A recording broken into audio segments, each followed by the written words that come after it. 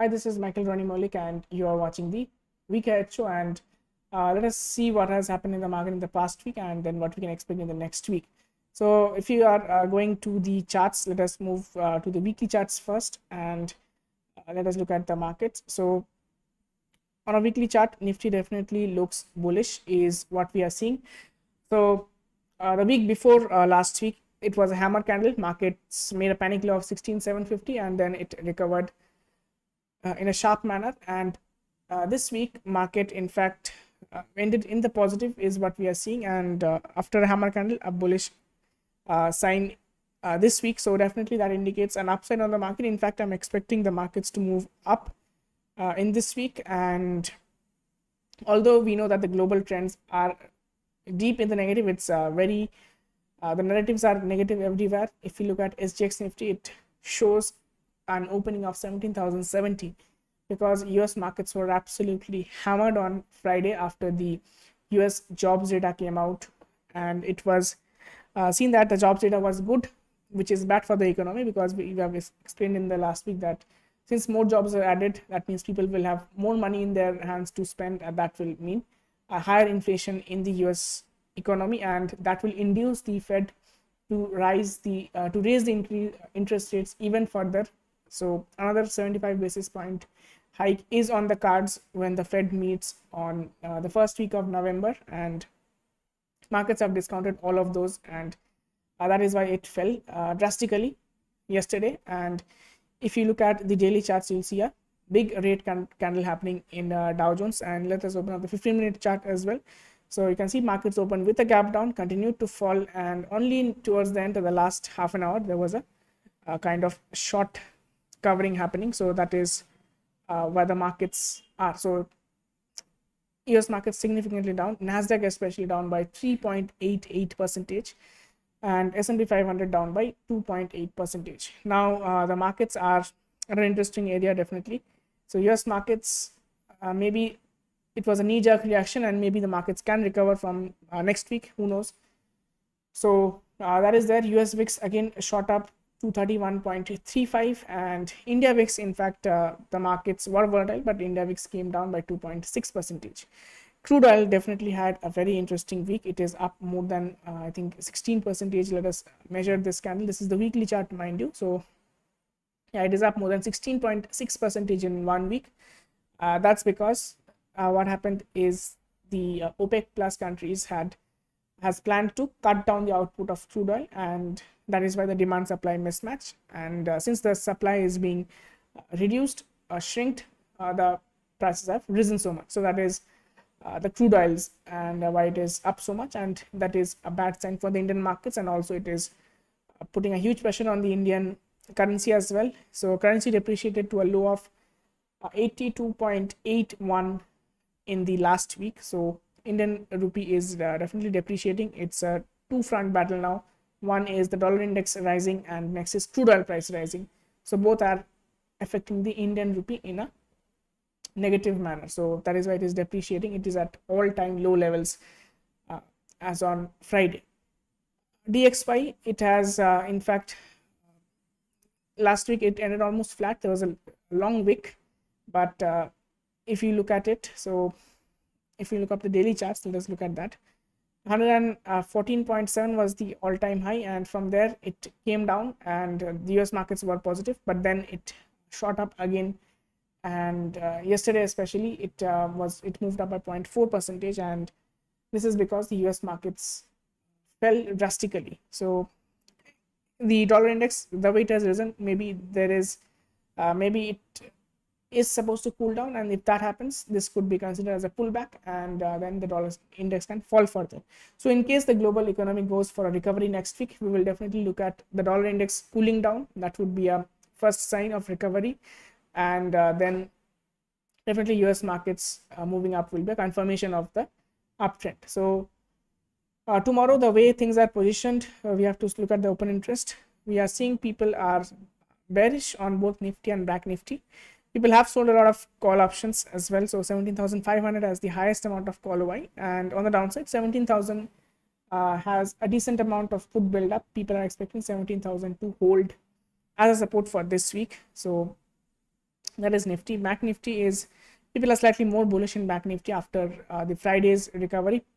We see 39,000 having a huge amount of put OI, and on the upside 39,500 and 40,000, these have the highest amount of call build up. So people are expecting good range in Bank Nifty, around 1,500 points range is what we are seeing. And so next week we have some data to be announced as well.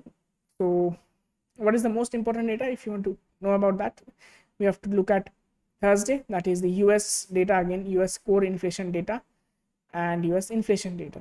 So these two are coming out on Thursday evening, and this is the most important data, and this will be after the expiry day. I mean, in Indian expiry, it is after that, so that is one good thing. So inflation rate, what is it? 8.1% is the expectation, and last time the same thing was there. It came out 8.3%, and the markets reacted very negatively. This time, let us see if the US have managed to curb the inflation rate or not. That would be sure that we can see that on Thursday is what we are expecting. So Thursday, that is the most important data. But apart from that, there are some data which can have an effect on the global markets. What are those? UK is going to announce its unemployment rate for the month of August, and that is on Tuesday 11:30 a.m. in the morning.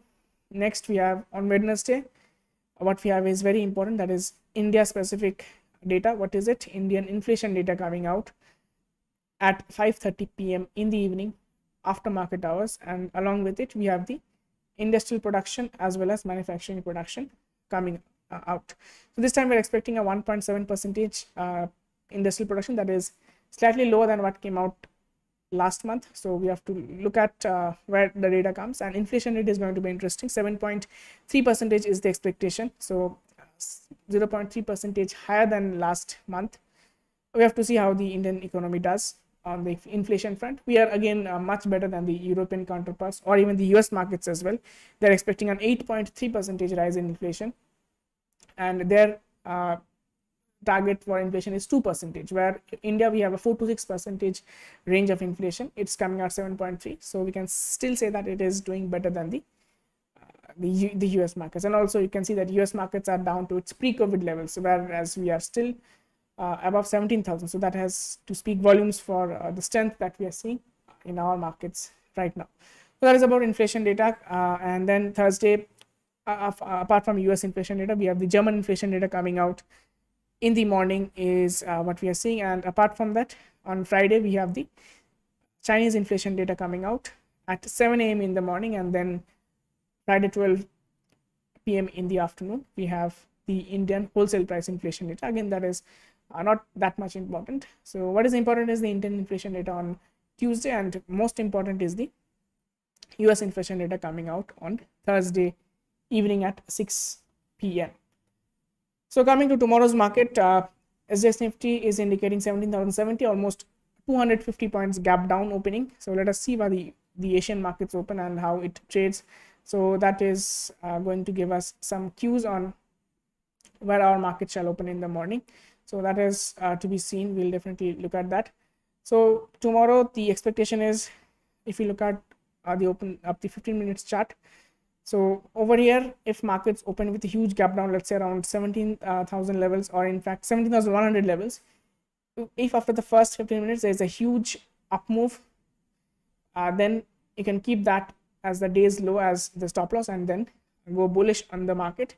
We can expect a good move towards 17,300 or 350 levels. If that is, if the market ends in the day's high, then we're expecting a huge up move in the next week. Maybe Nifty can move up 500-600 points easily. And so that is the view for the next week and tomorrow as well. So expecting positions, then we will not keep the bullish positions in our mind. So that is the levels. So if it opens above 17,000 and it sustains for first 5 minutes to 15 minutes, then we can expect a good momentum on the upside. So that is the plan.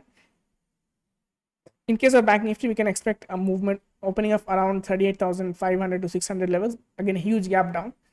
But again, if the market moves up from there and goes and breaks 39,000 and goes up to yesterday's closing, so then definitely we are expecting a huge up move in Bank Nifty as well. Again, 1,000 points movement could be expected in the next weeks. 40,000 can be the upside in the next week. Tomorrow maybe we can expect a 500-600 point move in the upside as well. But in case markets are breaking 38,000 on the lower side, then we can expect a further downfall, and then we will turn absolutely bearish in the markets. So that is my expectation. Tomorrow we are opening with a gap down, but I expect the markets to recover from the lower levels. And in case that does not happen, then we obviously have to, it's a game of probability. We have to keep our stop losses, and then we have to turn bearish. So that is the expectation for the coming week. A good momentum, a good range could be covered by the markets either on the upside or the downside. The bias is on the positive side. So again, it is my view. So you can do your own analysis and then you can trade. So that is the V for next week. So let us see how the markets open tomorrow, and how it opens with, obviously open with a gap down, and then we will see how it moves on either side. So that is all from my side today. Hope you have a wonderful week ahead. Thank you for watching.